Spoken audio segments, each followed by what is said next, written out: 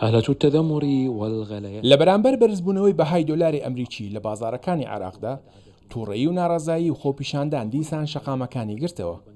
لێرە نزیکی بانکی ناوەندی دایان خۆپیشاندەر گرتبوونەتەوە و داوا دەکەن بەرزبوونەوەی ڕۆژانەی بەهای دۆلار بەری پێبگیرێت. ئەوان ڕووی دەم و دەستیان لەو کەسانەیە کە ئابووری عێراقیان کۆنتڕۆڵ کردووە. اللائمة على من يقود الاقتصاد العراقي.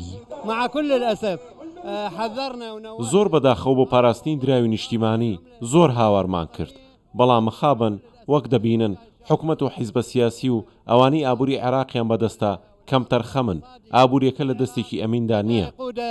بأيادي عراقية أمينة مع كل الأسف. البعض من المتظاهرين هەندێک لە خۆپیشاندەران بەرزبوونەوەی بێ کۆنتڕۆڵی نرخی دۆلار بەرامبەر بە دینار بە نیشانەیەکی شکستی حکوومەت دادنێن، بە تایبەتی لە ڕوانگەی ئەو گفتانەی بە هاوڵاتیانی دابوو. التي أعطيت للمواطن. حكومة السوداني فالآن في فشل كبير. ئێستا حکوومەتەکەی سوودانی شکستی خواردووە، چونکە لەگەڵەوەی کە بە بڕیارێکی سیاسی بڕیاری دابەزاندنی نرخی دۆلاری داوە، بەڵام دۆلار ڕۆژ بە ڕۆژ بەرزتر دەبێتەوە. سوودانی دەیگۆ دینار گڵ بدەنەوە و دەست لە دۆلار بەربدەن، کەچی ئێستا دەبینین وا دۆلار ئێسخان دەشکێنێ. ارتفاع الأسعار.